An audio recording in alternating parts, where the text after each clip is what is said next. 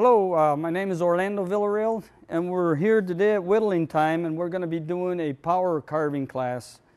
And today's project is going to be an eagle head cane. And what I mean by power is we'll be using all rotary tools, Dremel tools like this one right here, and some other high-speed carving machinery like this little guy right here. The first step we're going to do, these canes are already kind of, they call them rough outs, and they're kind of shaped to the form of the eagle. And what we're going to be doing here today is detailing, putting all the detail, the final details on the face and the beaks, and then also creating some feather-like texture on the back side of the eagle head. So the first step we're going to do is we are going to straighten out, make sure the beaks are straight. So we're going to take our pencil and we're going to put a center line on the middle of the head here, work it down towards the beak, kind of face it towards you so you can see that the beak is straight down. And this is what I wind up with a line going across the beak right up here in the center. And then we're going to take our rotary tool. We're going to take one of these little guys right here. This is a cut-saw burr. It's kind of a tool to rough out the beak, and we're going to take off a little bit on the side because I can see that it's got too much wood on this side, so I'm going to follow that line to kind of direct me where I need to remove wood. Just rubbing the tool right next to the beak and removing just a very little amount. Doesn't take much. Start all the way from the bottom of the beak and work your way up. If you got it facing towards you, you can see what you need to do. I think I got it pretty much where I want it now. So I'm going to turn this tool off and show you folks what I did. I just removed a little bit on the side here. So my beak is looking pretty good in there. We'll sand it a little bit. The next step is to take a little split mandrel sander, and we're going to do a little sanding. So we're always sanding at a slower speed to allow the sandpaper to cut. If you go too fast, sandpaper will burnish the wood. So you want to now go in there where you grinded it down. The same way, see how I'm anchoring myself on my finger? It gives you balance. So if you go in there and just kind of smooth sand all that out, then we're going to be ready. Go ahead and hit the other side too, and then we'll start drawing some information in there. We're going to draw the brow. I'll go ahead and draw it and show you guys what I did. Up and around, and then we're going to create the first feather here like that. Make that feather about the same distance on both sides as far as the length of that feather. So one way to do it is by holding your finger at the end of that, the first one you drew, and then kind of across with your finger, look at it from the top, and place it about where you want it to end. Place a mark right there, and then come back with this feather and kind of just kind of go there, and then up off again. Okay, so we got the other side. This is what we're going to be using. It's a diamond burr. And they cut really clean. Sir, this burr right here is a 3/32. So it takes a different, this is was set up for a 1/8 inch shaft tool. By putting the reducer in there, we can add a 3/32. Go ahead and turn that on. We're going to go ahead and relief cut this. You want to stay right on the line and try not to hit that eye, the glass eye, if possible.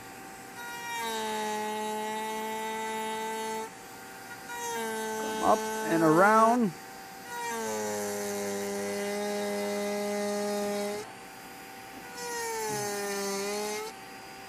You see what I did there? I drew a line right across with my tool, all the way back. And then what I'm going to try to do is relieve a little bit of the wood on the sides to kind of feather it to the rest of the head there so it doesn't look like a channel in there. We'll go ahead and do the bottom side. See, I did the cut, and now I'm kind of feathering out on the side, removing some wood on the side, just so that the feather stands out.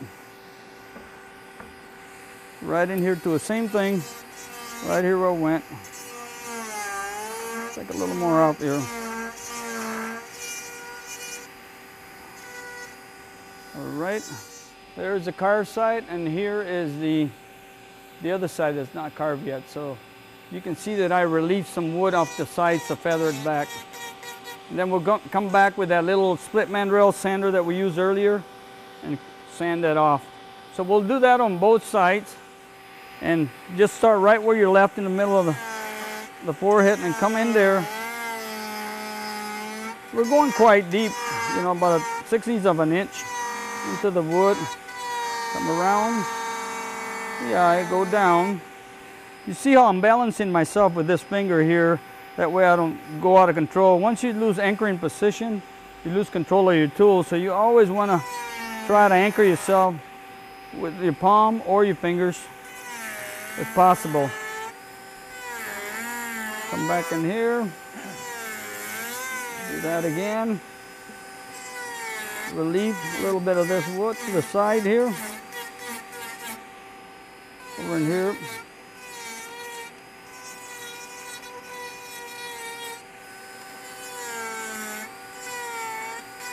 We're going to take one of those split mandrel sanders, and we're going to smooth sand this surface. So then I'm going to go along the edge of that cut I made and just kind of clean this up with this guy. Lay it flat. You don't want to go like this and dig a hole. We want to kind of feather the surroundings on the outside of that cut I made. And just clean her up a little bit. It doesn't take much, actually. Do both sides.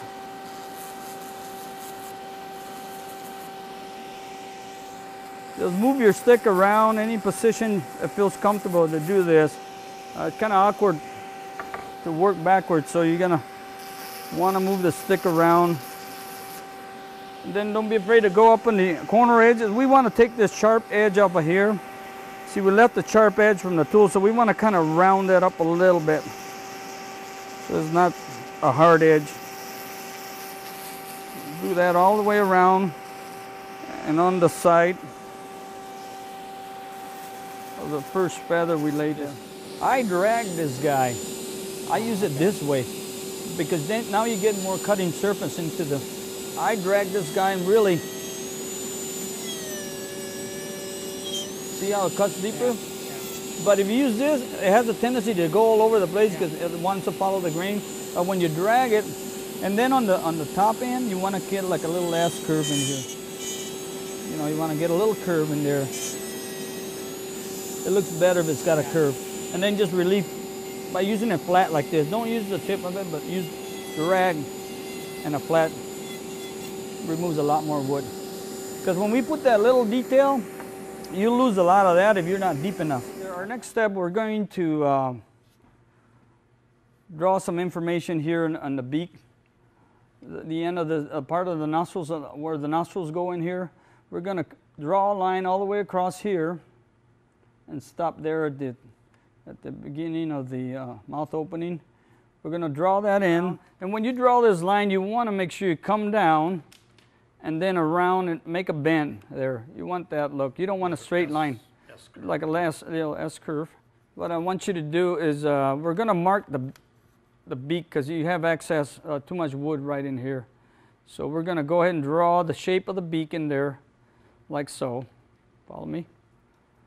And then come around, and the mouth opening is right here. And then come straight across. And just to the back side of the eye, that's where that should end, the line, kind of on the right, lined up with the eye. You can come all the way to there, okay, with this line right here. Always stop there, kind of line yourself up with the back of the eye. And then we're going to create a little tissue that it has around the mouth opening right in here. And draw it around that line that we drew in here, like that. And then on the on the side here, I'm going to show you another photo. Okay, here. On the bottom, we have this line that we want to come from where we did the little lip around the mouth right there, and then take a jog, and then almost like a triangle, come out and then in, and then out to the center again. That way, and then this way, and then that way. And you're taking wood towards the beak like that. Not towards the inside. That's the only area where you're going to go out. So the feathers are higher than the cartilage of the beak right in here. And then this is what the lip around the mouth opening should look like. You want it kind of meaty, but not real thick. You can come and take a look at those sticks and it gives you a real good idea. So relieve this first. Feather it that way. Cut the beak. Make it the real shape. Point it right in there and then stop there. And then this is where the bottom of the beak begins. And then we're going to relief cut all this. Now around the lips you are coming towards the top of the head like that, and then over here towards the side, and then towards the bottom. You want this lip to stick up higher than the face here. You can locate your nostril with that little pattern that I gave each one of you. You can locate the nostril. The nostril is just punched in. We want to outline that beak. Come around. And we look at that beak at a certain point here, about center of the beak, from there to that line and to the end of the beak. It's got like a little jog. It's going to have a little pointed area. You come down a little bit, very subtle, and then come up again.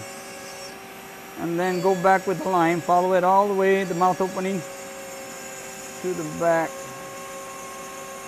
There. This line right here with your tool. I'm going to cut it right across and then come up and then around.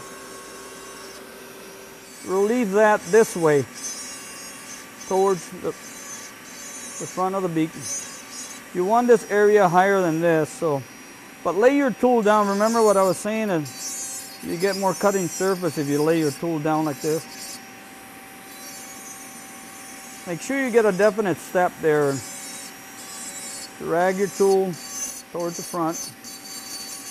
If you get a little burnt mark, don't worry about it. We can sand that off with a little split mandrel sander.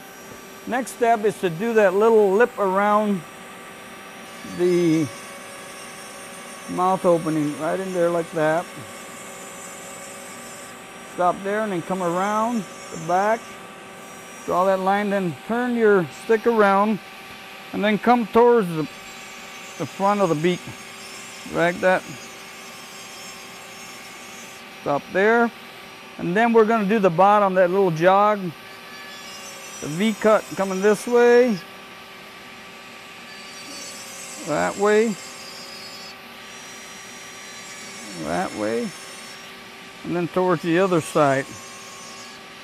Now in that area you're going to, we might need to insert another different type of a tool, maybe the bigger diamond. Let me grab that. When you get a narrow tool like this, you're going to get a lot of little bumps if you try to remove too much surface. You get little ripples. So what you want to do is take this guy out of here. Then we're going to take this bigger diamond, insert it in there.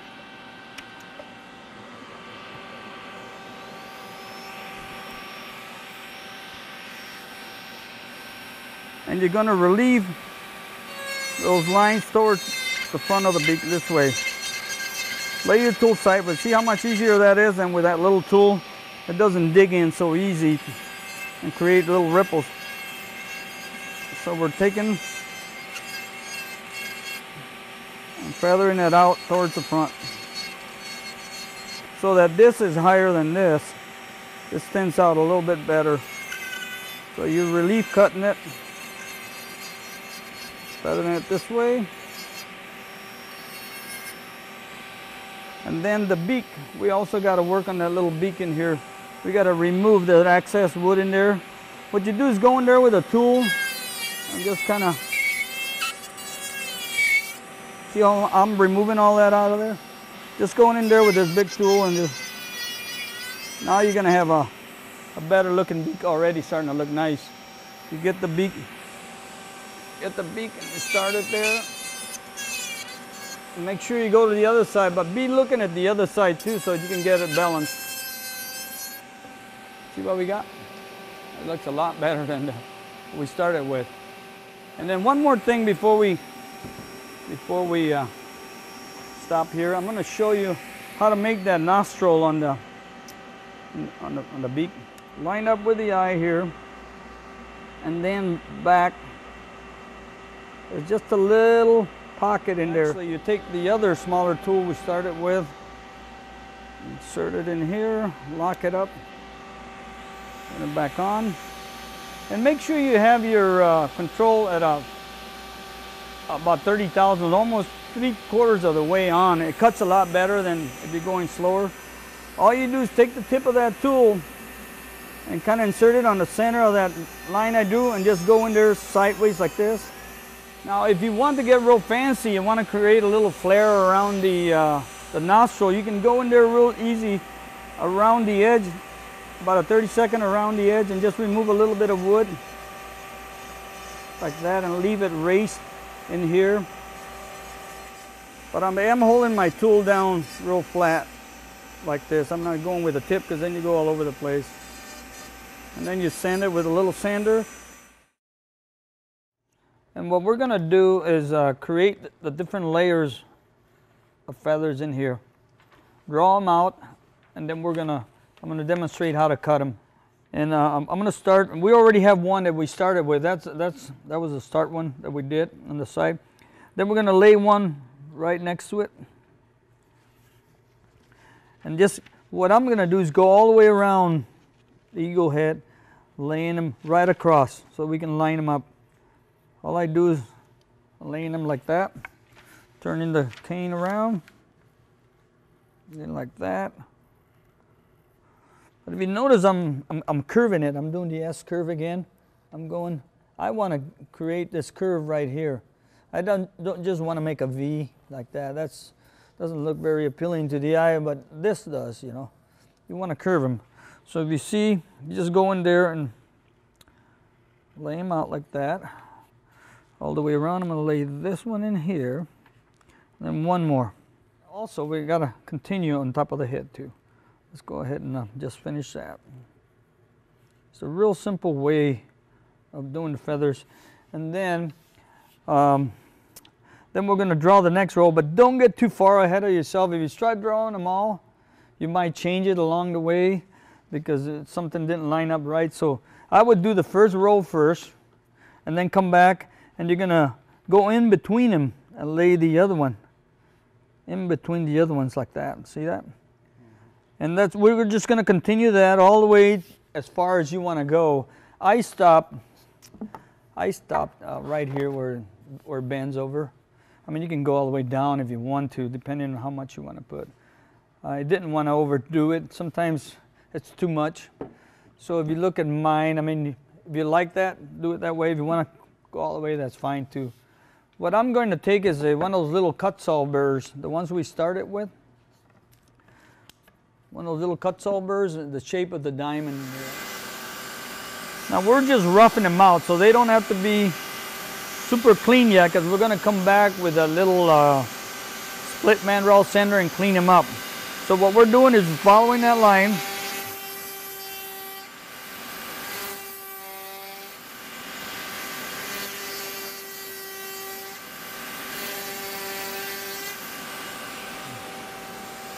Turn it around.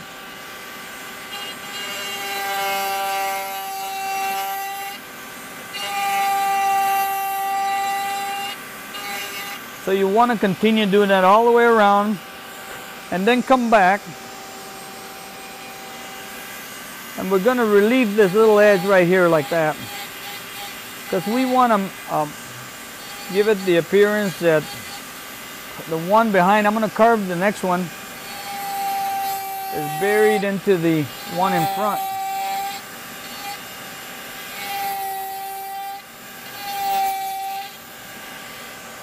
See, I'm curving The first line I do, I kind of curve that one like that. And then this one I just roll around. The one on top just kind of rolls around to that. But what you want to create is the look that this one is stuck underneath the other one. I'm kind of digging the sides here.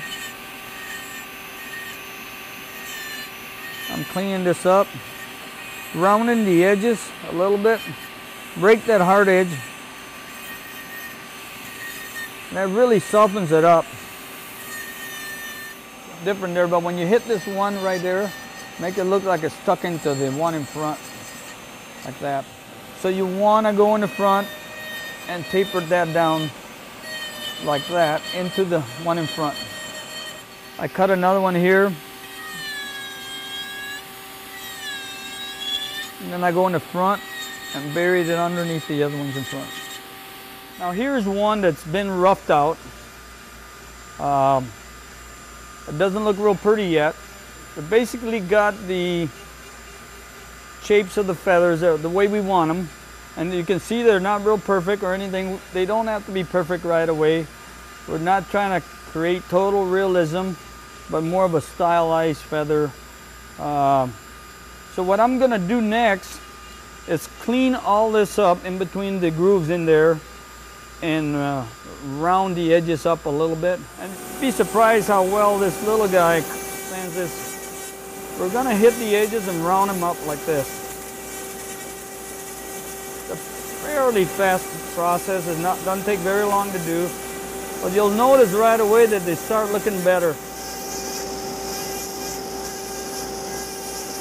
See how much cleaner that's starting to look already? See how right away his head starts to look pretty neat.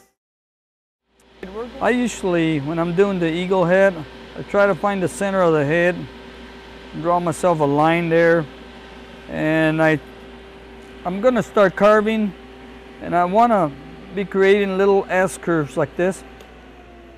See that?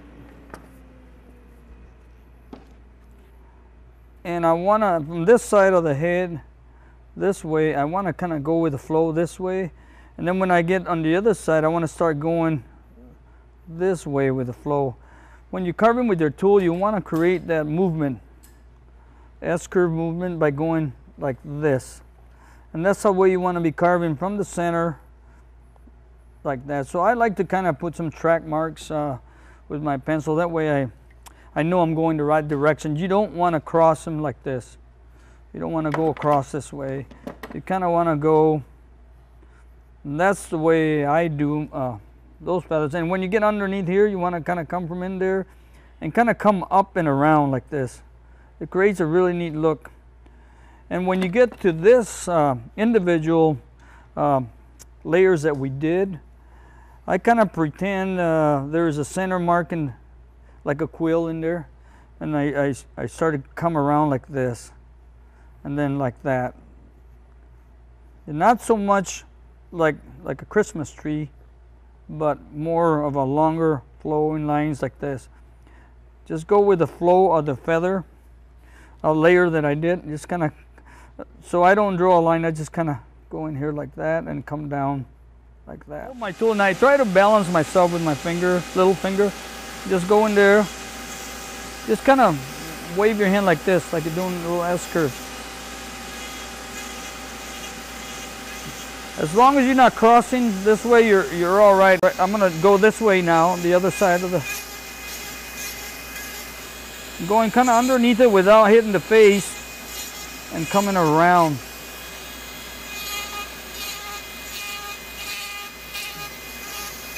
It's gonna dig quite deep, but not to worry, because we're going to defuzz it, and it's going to take a lot of that detail away. So make sure you go all inside the grooves and everything in there when we're doing this.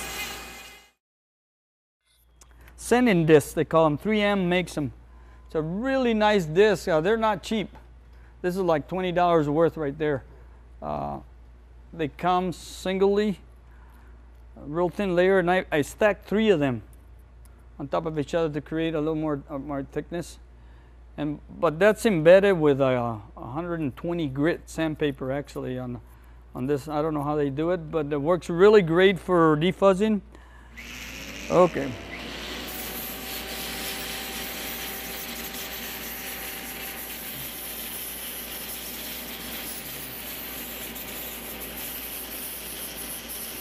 They have some flat spots, and all you'll have to do is come back and groove it again with that same tool we started with, and just keep going all to the very end, right to the last feather. In here too, we're going to come in here and just, as long as you're going with the flow of the feather, that's all you need to do. Once you clean it up, you'll see if you need to come and get some flat spots. I do see some flat spots here. I'm going to come back, touch it up one more time. But I would do the whole head and then clean her up. The final step is we're going to take some this Minwax natural stain. I use this a lot for my natural pieces. It's a Minwax Natural 209, and we apply it, get the whole cane, you know, brush with it, that stain. You can take a rag actually and do it with a rag also. Get it all over the cane and then wipe it dry with a cloth. The next step requires is some of this, I like the Rust-Oleum matte finish. Some people like high gloss. What I do is I take a screw and I screw it to the bottom of the cane and I hang them up like this at home. I have in my shop. And then I kind of spray it like that. That way I can rotate it around and you don't have to handle it with your hands. I let it dry overnight so it's really nice and hard. And then you're going to get a little bit of a raised grain from the lacquer finish. And then so what you want to do then is go back again and either sand it with that sanding disc that I showed you folks earlier, or with a Scotch-Brite pat, and just kind of take all the fuzz off of here. This is basically where you're going to have it, where you cut into the wood. And then give it one more finish of this guy, and this is what you'll wind up with, a nice you know, finish, smooth finish. It gets dark that way just because of the grain of the wood going a different direction. Some folks like to antique them by applying maybe some raw umber. After you lacquered them, you can apply some raw umber paint, acrylic paint, and then wipe the excess off of it, and it'll get in the grooves. If you want more definition on those grooves or make them darker, that's what you would do, and then lacquer it again. Thanks for being in Whittling Time. We'll see you next time.